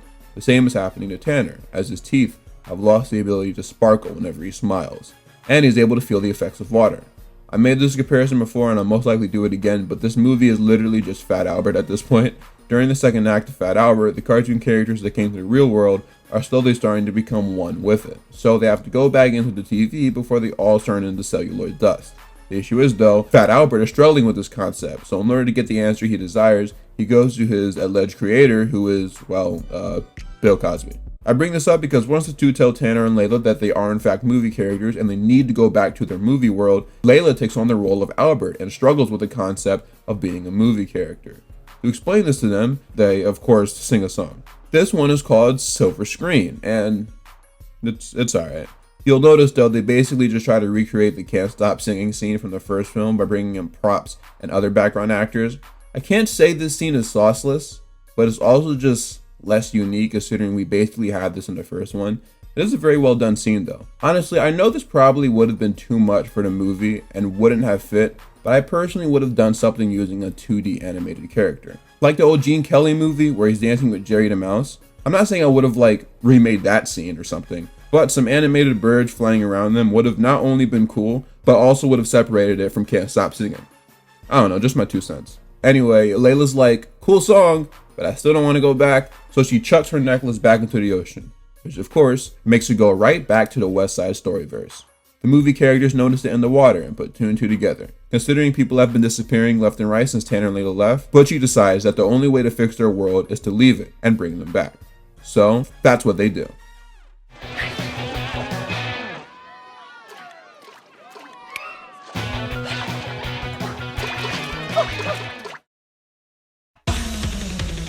We're going back to the beach. Cool. Teen Beach 2 soundtrack is here. We're hanging with the cast of Teen Beach 2 to hear about their favorite songs. If you have this beach ball in your hand, you have to say your all-time favorite song from the soundtrack. Mine is That's How We Do. Mine's definitely gonna be Gotta Be Me. There were like 6,000 people in the gym. It was amazing. Upside down. You can get all the songs from the movie with new music from Sabrina Carpenter, R5, and more. Teen Beach 2 soundtrack, available now. In the middle of all the stuff happening with Tanner and Layla, I kind of forgot that Brady and Mac are going through a rough patch right now. Either that or I just don't care. One of the two. It's definitely the second one. I don't really feel like covering it though, so we're just going to skip to the part where all of the West Side Story characters emerge from the water and greet Tanner and Layla. They say that they're there to take them home, but the two are quick to deny them, saying that they truly don't want to go. Eventually, the other characters explain that not only do they miss the two, but they kinda, well, need them, since people keep disappearing. Layla starts to feel guilty because people keep dying on her behalf, and yeah, that's kind of valid. It's not your fault. Yeah, it is. Don't lie to her, Mac. So, for the second time, Brady and Mac have to say goodbye to the West Side Story crew as they go into the water. At first, it looked like the two were going to talk things out since they're still beefing, but they kind of just go their separate ways. Besides, Mac has to set up for the dance. At the dance, the DJ slows things down by playing a song called Rescue Me. And the timing of this is really funny because the song is actually made by Sabrina Carpenter, who is absolutely killing it right now. Bro, good gracious? If this video gets 500,000 views, I'll do a Girl Meets World video. Which crashed that. That's kind of crazy. I'll do like one episode or something. Guessing things aren't totally simpatico with the little beach bunny? Things are a little not simpatico. I'm wondering how I can make things not simpatico, you know? What are you guys talking about? Is that a word? Anyway, before Brady tries to smooth things over with Mac, they get interrupted by the West Side Story gang, crashing the school dance. Turns out they came back because of Tanner wanting to help Brady with his relationship with Mac. Alright, cool, but what is everyone else doing here? Y'all can go home. Tanner basically tells Brady to lock in and remember that he's actually a cool guy with cool talents. He is Knuff. That joke's about a year too late. In an effort to, I don't know, I guess impress Mac or win her back, he goes up on stage and, you guessed it, sings a song. This one is called Gotta Be Me, and I gotta say, this song kind of slaps. It's like one of the only good ones. Both Ross Lynch and Maya Mitchell are floating on the track, and the production is great as well. The scene even has some sauce, man. Where was this the first few songs? The entire scene is like a dance-off between boys and girls. It's kind of like the Justin Bieber Baby music video. My only issue with this song is that it kind of lasts a little too long. I could have done without the part where they start talking like Crazy Frog. Fire song though. Oh yeah, Butchie dies by the way. This makes everyone ramp up the going home process. Layla asks Brady and Mac that if they didn't have the necklace when they originally entered their world, then how exactly did they do it? This makes them remember the special surfboard from the first movie. So they head to Mac's house to commence Operation Send the Surfers and Bikers Home. Let's do it. Yo, where is Mac's grandfather at, bro? I miss him. Mac and Brady rush to the other characters to try to get them all home, but there's one big issue. There's no surf. And you can't surf if there's no surf. Oh man, not giggles! No! Come on man, we gotta wrap this up! Everyone else disappears besides Tanner and Layla, how convenient. Brady realizes the only way for them to be able to surf is if they use his new invention. So while Tanner and Layla set things up, Brady and Mac head to his workshop. This is when Mac sees all of the surfboards that Brady has been making and puts 2 and 2 together, and this is what he's been hiding from her. He goes on to explain that he didn't tell her because of all the reasons that we heard earlier in the movie. She's got this whole vision for her life and he's just making surfboards. I just thought that, I don't know, you wouldn't respect it. Oh, my grandfather has made boards his whole life. It's an art. Thank you, Mac! Thank you, exactly. This whole spat between Brady and Mac was just a cheap way to add conflict to this movie. It makes no sense for Brady to think like this. This movie's so stupid, man. You will never be Teen Beach Movie. The two make up or whatever, and Brady unveils his latest invention, the waveless surfboard. But then they head back to Tanner and Layla and attach the emblem from the old surfboard onto the new one, because I guess that's where the surfboard gets its powers from. From there, the two movie characters head out into the ocean to finally go home, once and for all. Mac brings up an interesting point though.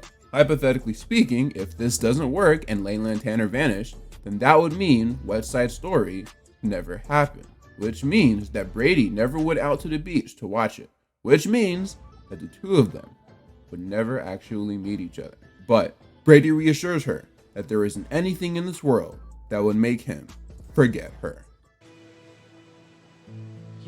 Oh my gosh, Skip! While saying goodbye to Layla, Mac basically tells her to change the movie so it can become the story she wants it to be, which is horrible advice actually, but we'll see why later. Brady heads out to the water with Tanner and Layla to help them power on the surfboard. Except it doesn't work, so we get a ridiculously long scene of him trying to fix it. Finally he gets going though, and the two West Side Story protagonists go home. However, not everything works out the way that they wanted it to. You see, when Brady gets out the water, he runs right past Mac. He barely even looks at her, meaning the timeline has officially been rewritten. Mac and Brady do not know each other. What? You're joking, right? Man, no wonder why nobody likes this movie. This is one of the dumbest third acts I have ever seen. You did not have to end it this way, bruh. Even like the worst episode of, say, Zeke and Luther is better than this. So wait. Not only is this stupid, but it makes no sense. Here's why. West Side Story not existing should theoretically undo a lot more than just Brady and Mac's relationship. Mac shouldn't even be here because if you recall, the only reason why she chose to stay with her grandpa is because of what she learned from her experience in West Side Story. So if that never happened, then she should be in that private school. Yes, I consider that to be a plot hole. There's more I have to say on that topic, but I'll wait until a little later. Oh my goodness. One thing I kind of do appreciate them doing is coming up with an actual new reason for why Brady was in the water, as it was Devin who suggested that he tried out night body surfing, and although he did end up doing it, obviously with the water being flat, he didn't really catch anything. Another new addition to this timeline is the Save the Beach dance, which is outside, and even more interesting, it's a fundraiser set to the theme of the 1962 beach movie, Layla, Queen of the Beach. And instead of it being an old cult classic film that only a few people have seen, this one ended up being a huge hit. Brady and Mac, technically for the first time, start interacting with each other, and even though they've never met before, something tells me that they are just meant to be together. So then we agreed that it's the awesomest movie ever made. And I said, I don't think awesomest is a real word, and even if it was, I'm not sure that movie's exactly my jam. Then I said, check it out with me. If you don't have a good time, I'll buy you a mango smoothie. I'll buy you a mango smoothie. I do love mangoes. And you're gonna win either way. Either way, you win. A little later, Mac stands on a truck to announce the start of the film's viewing, as we get a little glimpse of it. It starts off similar to West Side Story, but we get a brand new Layla-led song called That's How We Do. But eventually the camera pans out and we see that everyone watching it is singing along as well. All of them following Mac's lead. Even Brady, who hasn't even seen this movie, but somehow knows the lyrics, whatever. And yeah, they do this until the end of the— Whoa! I didn't know he can do that! Yeah, anyway, like I was saying, they do this until the end of the movie. The scene specifically, when you take the context away, isn't actually all that bad. It's a cool way to end the movie. I even like this little wink at the camera that Layla does, which may or may not be meant for Mac and Brady. But when you remember that Mac and Brady literally don't even know each other for real, it loses all its cool points. Like, why are these people hugging and getting all close and stuff when they've only known each other for 10 minutes? I don't know, maybe I'm applying too much logic to this stupid movie. Regardless, that wraps up Teen Beach 2, and considering they never made a third one, this wraps up the entire franchise as well.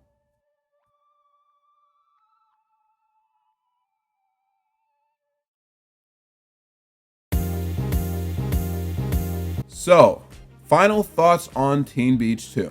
This movie is like if you take the plot of Fat Albert, but give it the same ending as Spider-Man No Way Home, which is insane to think about.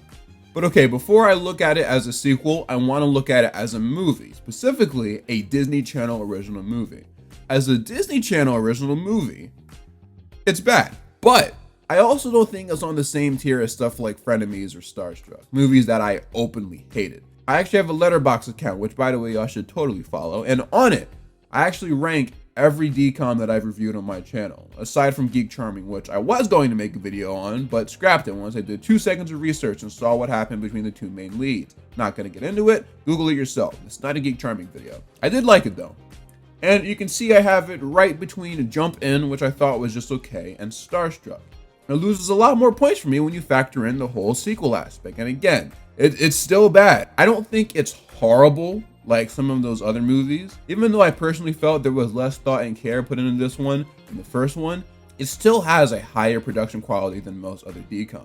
I gotta give it that at least. The writing was definitely not one of the movie's strong suits though. Wow. Forgetting the retcons and controversial ending, I feel like the writers felt like they just had to include a conflict in this movie, so they went with the whole Mac, my surfer girlfriend, won't understand that I like making surfboards thing. It did not work for me at all. It was not compelling in the slightest. The music was really forgettable too, aside from That's How We Do, On My Own, and Gotta Be Me. And only the latter two do I think are genuinely good songs.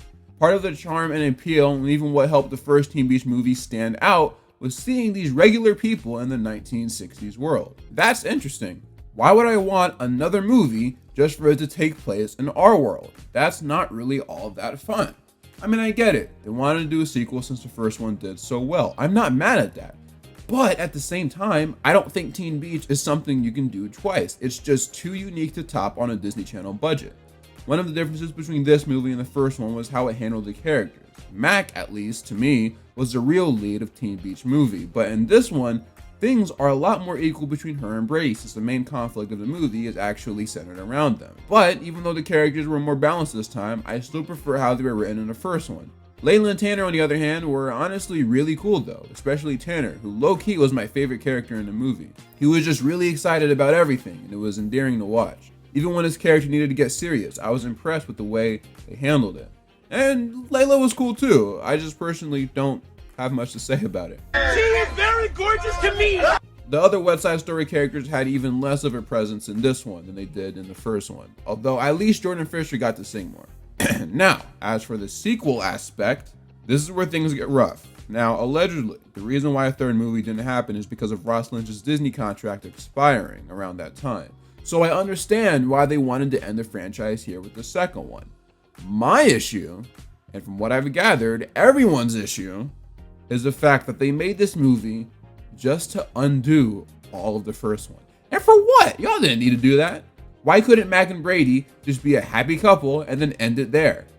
This now opens up a bunch of plot holes, one of them being the fact that this new Layla movie only exists because of the characters, specifically Mac, going to the West Side Story universe. But if West Side Story doesn't exist, then that means that they never traveled there, which means that Mac never influenced Layla, which means Layla never changed the movie, so it becomes Layla Queen of the Beach. So why does this new movie even exist? I spend a lot of my time thinking about time travel and timelines and stuff because I'm a comic book fan, right? I'm a nerd. So I know sometimes you can just say, oh, well, everything is protected by the Speed Force or the Pym particles and call it a day. But you can't do that here. It's just simply bad writing. And yeah, it's a kids movie and kids aren't supposed to think about stuff like that, but I've also seen really good kids movies with good writing. As someone who became maybe not a fan of Teen Beach Movie, but an appreciator of it, I definitely see why this ending made people mad and why nobody wants to talk about this movie. Because I don't even want to talk about the movie right now, and I kind of have to. To like put this in perspective, imagine if the end of High School Musical 3 had like, what was Zac Efron's character name? Troy Bolton coming down with like amnesia or something, and he couldn't remember Gabriella.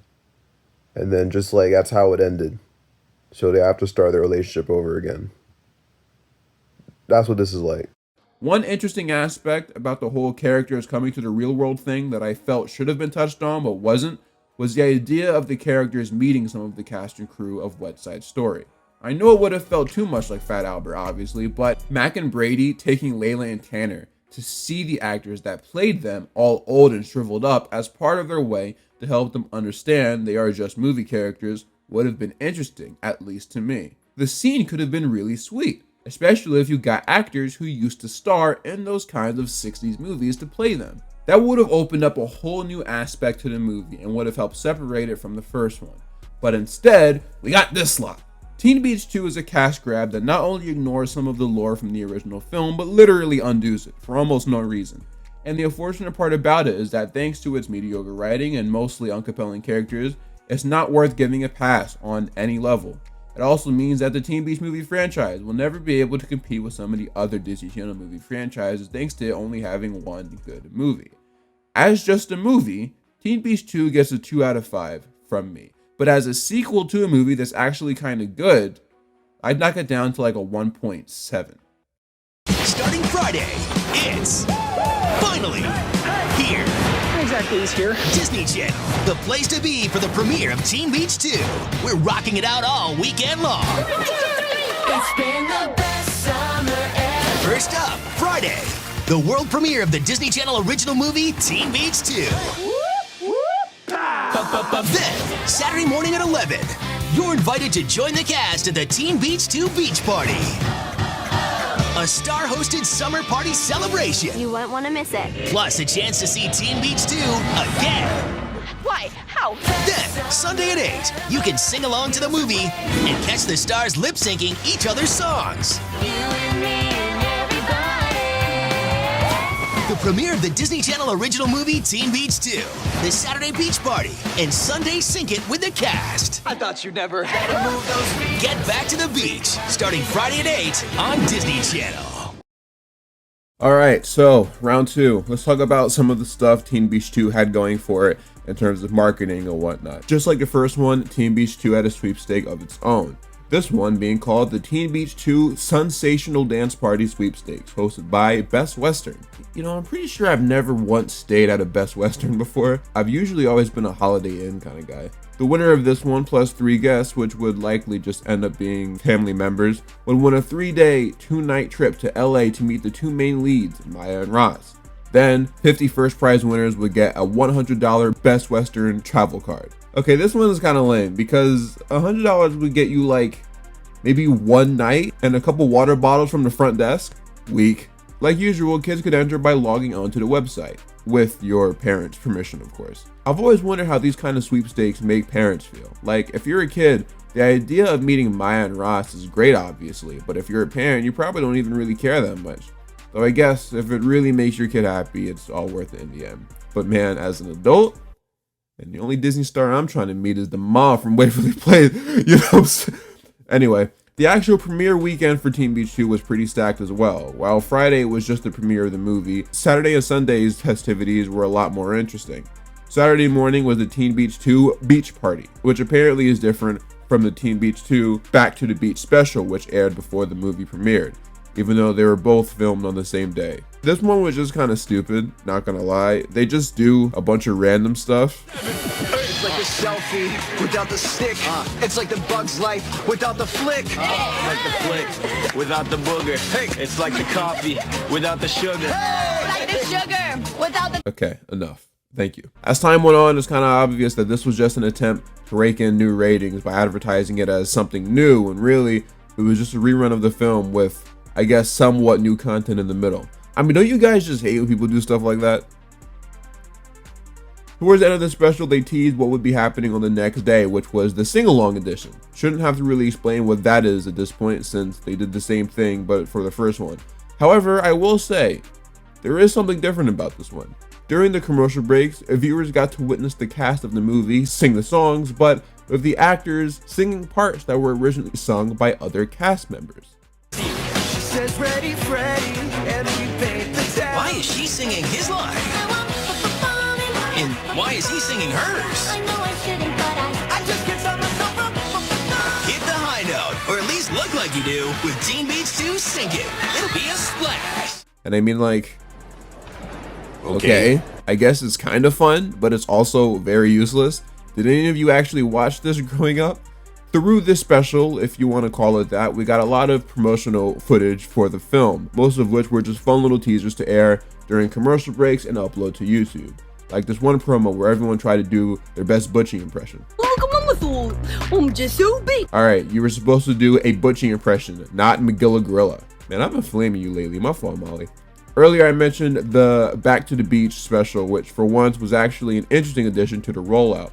This one was more of a behind-the-scenes special that was detailing some of the plot details of the movie, plus what it took to actually make it. On top of that, the cast talks about their experiences working with each other and how fun it is to film the movie.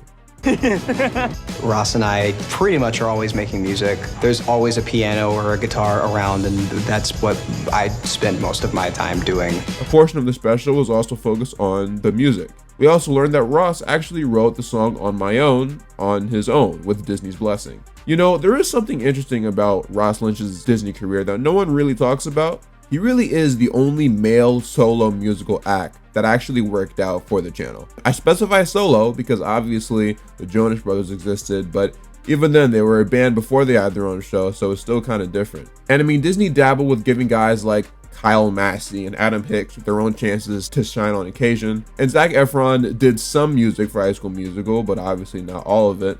And they also tried with Mitchell Musso, but yeah, it didn't really catch on. Although the In Crowd is a banger to this day. Plus, you know I gotta mention the song from Hatching Pete as well. Why should I care about the opinion of others, yo? I don't want to spend my time hiding under the covers, yo. It's a free. Hey, so I'ma do what I just best. Gang.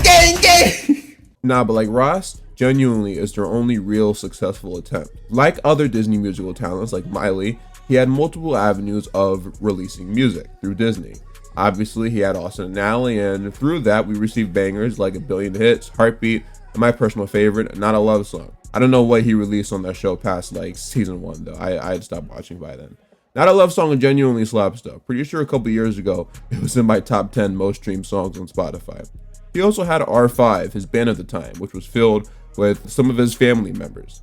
I'm not too familiar with their music, but I do remember the song I Can't Forget About You. It must have aired it during commercial breaks or something. And then obviously he had Teen Beach Movie, which arguably was his most successful work with the network, considering his only Billboard 100 charting song is Cruisin' for a Bruisin', which is actually a bit surprising, not gonna lie. They were even using Ross's music during like every commercial break back then.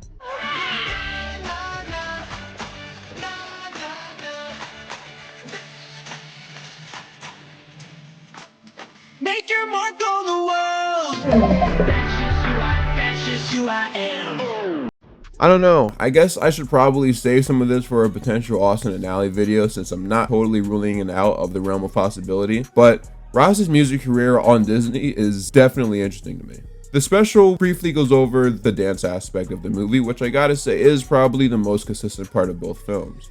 All of that stacked on top of the fact that we're filming this amazing piece of work. Okay, relax, Jordan. It's not that deep. The special ends with everyone thanking the viewers for well viewing. The way they hyped up Teen Beach 2 in this thing, you'd have thought it was actually good. It's unfortunate the way it turned out. Alright, so another aspect of the franchise I want to talk about was merchandise. And really, I want to cover it for both films, not just of the sequel. Figured it was better to do it now since there's not really enough merchandise for both films to cover individually. So while the sequel, like the first one, never got a console game, there was, however, an officially released Disney game that featured Teen Beach content. That being the Just Dance Disney Party 2, released in 2015. The game featured a bunch of songs from numerous Disney movies and shows for families to dance along to. And as far as Teen Beach goes, the game featured 6 songs from the franchise. There was also a Teen Beach doll collection. No, I'm serious. Like, there was a commercial for it and everything. What makes no sense though is that they gave Mac, Brady, and Layla dolls, but not Tanner, who literally looks like a Ken doll. But alright. I'm sure many of you are familiar with Caitlin McKillop's, I hope I said that right, YouTube channel. But if not, I recommend watching her video on the Brady doll to get an in-depth analysis about it. There was also a bunch of Teen Beach books, some of which were just novelizations of the movie, while others came in the forms of poster books and whatever a Slumber Party Secrets book is.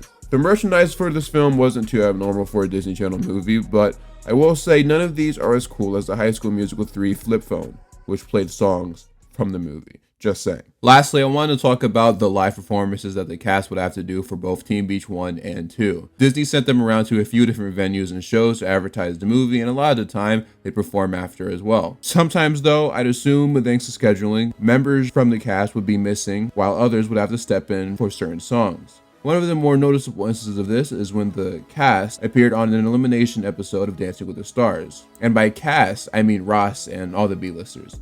It's funny too because this article from Hollywood Life got a couple things wrong. It says pretty much the entire cast is there, but that's not even true in the slightest. It's like Ross, Molly Gray, Jordan Fisher, John DeLuca, Brody from XX4, and some other ones. It also says that Teen Beach 2 would be arriving in theaters, but that also is not true, clearly. Anyway, there is a bit of an interesting family tie, you could say, to this performance because Ross's brother and R5 bandmate Riker was on the show as an actual contestant around this time. He and his partner ended up losing though. You know, one of the interesting things about performances for movies like this is that you get to see what a person is good at versus what they're not good at. For instance, Ross is a double threat. He truly can sing and dance. But then there's John DeLuca, who doesn't actually sing at all, at least not in the first movie, so most of the time he's just lip syncing, or occasionally they'd have Ross just sing his lines for him. Like when they performed on Good Morning America. Although there was this weird moment where they actually did let him sing, and ironically it was one of Ross's actual singing parts in Cruising for a Bruisin'. 2, 1, 2, 3. Who's riding with me? I got a gang full of bruises all cruising with me. Yeah, we're tearing up the street. Yeah, I can see why they didn't let him sing. The one that I find the most fascinating though is Grace Phipps, because I never realized it until a commenter pointed it out, and maybe you guys never noticed it either, but Grace Phipps is not a good dancer. She can sing, sure, she can act, sure, but Disney made sure to hide her inability to dance as best as possible. And Gotta Be Me, she's mainly in the dark. In Best Summer Ever, there are plenty of shots with all the characters in them besides her. However, this becomes really clear whenever they have to do performances. When they performed on The View, which for whatever reason was hosted by Zendaya that day, she was mainly in the back for all the group shots. When they performed on Good Morning America in 2013, kind of just scurries off screen, then whenever she needs to be back in the shot, she's in the back of the shot. And she does something similar when they perform 2 years later at the same place. Like, you can't even see her sometimes, bruh. In other performances, even when she is with everyone, she just looks a little lost sometimes, you know? Always a bit slower than everyone. I'm sure she's trying her best though. Even in the step-by-step tutorial of Surf's Up that they made, she's like all the way in the back. And look, Grace is a very talented person and dancing is hard. She's certainly passable in the film, and I'm not saying this to make fun of her or anything, but when I saw that comment, I really wanted to dig in and look to see how true it was. And honestly, I just got a bit of a laugh out of it. Grace Phipps, or Gracie Gillum as you refer to now, if you're for whatever reason watching this, I'm just joshing. You did a great job, especially with the music. Speaking of the music, wow, what an organic transition. The last segment of this Teen Beach retrospective would be a tier list of all the songs in the series. So let's hop into it. This summer, get ready to giggle. Does it help if I do this?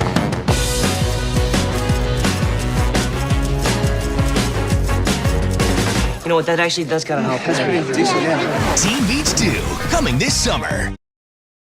Okay, so today, as you can see on your screen right now, we're going to hop into a quick tier list of all of the movies in the Teen Beach movie franchise. All right, so our first tier here is Zeke and Luther tier, which means it's the best of the best, legendary, iconic, and whatnot. And after that, we have good, mid, and trash. Those are pretty self-explanatory. So we're going to get into it, all right? We're going to get into it. Looks like the first song, you know what? I want to do it in order. Let's see if I remember the order. So Surf Crazy was the first song, wasn't it? That was the first song off of Teen Beach. So Surf Crazy, Surf Crazy. So Surf Crazy was a really good introduction track, not only to the first movie but to the franchise in general. I think it really set the tone for what was to come after it. It's not one of my favorites. I don't listen to Surf Crazy all that much. I actually do listen to a good amount of these songs, but Surf Crazy is not one of them. So I'm gonna put it in good. It's respectable. I think it really did its job, and it's not annoying. So, I'm gonna put it in good. It's a nice track. After that, we had Cruising for a Bruisin', if I'm not mistaken. I remember in the Teen Beach movie video that I did, the actual review, I kind of said that, I think I said it was kind of mid. I'm gonna change my mind. Cruising for a Bruise is actually, it actually kind of slaps. I'm not gonna lie. I'm gonna put it in good also. I understand. I think I was expecting more because it's like the most popular song of the franchise. I don't really know why. I feel like there are other songs that are definitely better, but it's not bad. You know, it's just like not remotely one of my favorites, but it's good. And the production in it is like, you know, really good as well, especially when that piano comes in. It's good. It's a good song. I'll put it in good. All right. What's next? I think after that was Fallen for You. I kind of want to put it in mid. Falling for you. I know I shouldn't, but I can't help myself because I can't. Isn't it good? I'm gonna put it in mid. It's all right. It's not one of my favorites. It's catchy. But yeah, that's about it. I don't really listen to it. I don't particularly. It's not my kind of song to hear in like a musical. Not that I'm really into musicals to begin with, but it's fine. It's passable. All right. I don't know what's after that. Is Like Me after that? I think. No, I don't think it is. I think it's. Actually, you know what? Let me just organize this. No, I think Meant to Be is next. I'm gonna put Meant to Be. Oops. I'm gonna put Meant to Be in trash. I don't like that song at all. They use it so many times throughout the movie. And they even do it in the second one too, which is absolutely ridiculous. I do not like that song at all. Yeah, that's trash. That's trash. After that is Like Me. Zeke and Luther Tear. Zeke and Luther Tear. Great song. That song is such a fun song to sing, dude. It's like, it's ridiculous. I genuinely, that's the song I think I've probably listened to the most. Matter of fact, let me check my Spotify stats. Cause like, it's proof that I've been just listening to that song nonstop, for the most part. So in the past 4 weeks, Like Me is my 10th most played song. Cause 4 weeks is I think around the time I started production for these videos. So yeah, I would definitely put Like Me in the Zeke and Luther tier. It's a really good song. It's just, the chorus and the verses are cool too. Like, you know, because that's a lot of these, like, if you know it is, only the choruses are good, but like the verses are so well written as well.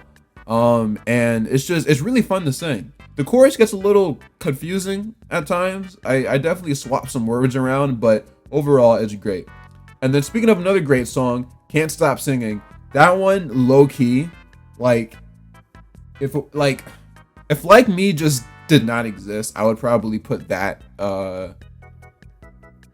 as number one. But oh man, Can't Stop Singing is really good too. That's like, again, I'm not into musicals, but I always imagined that would be the kind of song that I would, like, I guess, kind of want to sing if I was in a musical. But I don't sing at all. I'm saying if I could sing, and I was somebody that, you know, was often found in musicals, that would be the kind of song that I would want to sing. Oh man, it's just a great song. I don't even know. I mean, I love how playful it is, and both, I think, like, the actual song and the scene goes with it as well. You know, like, those are like really cool. And I don't know. It's just good. I'm not gonna try to force anything out of it. It's just really good, really good. Let's see let's see where that is in my Spotify stats. So that's actually my 17th most listened to song in the past 4 weeks. All right. Anyway, the last song here is Surf's Up. Surf's Up's pretty mid. It lasts too long. It doesn't really make any sense, but it's not bad, and it's mid. But so far, there's only really one trash, song,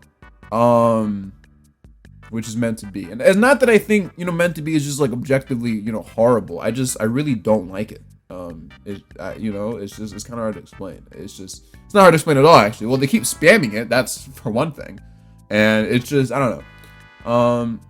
So my actual, ranking for all of these movies, or for all of these songs, and the first one would be Like Me, Can't Stop, put Cruising for a Bruising over Surf Crazy, Falling for You over Surf's Up, and then Meant to Be would be like dead last.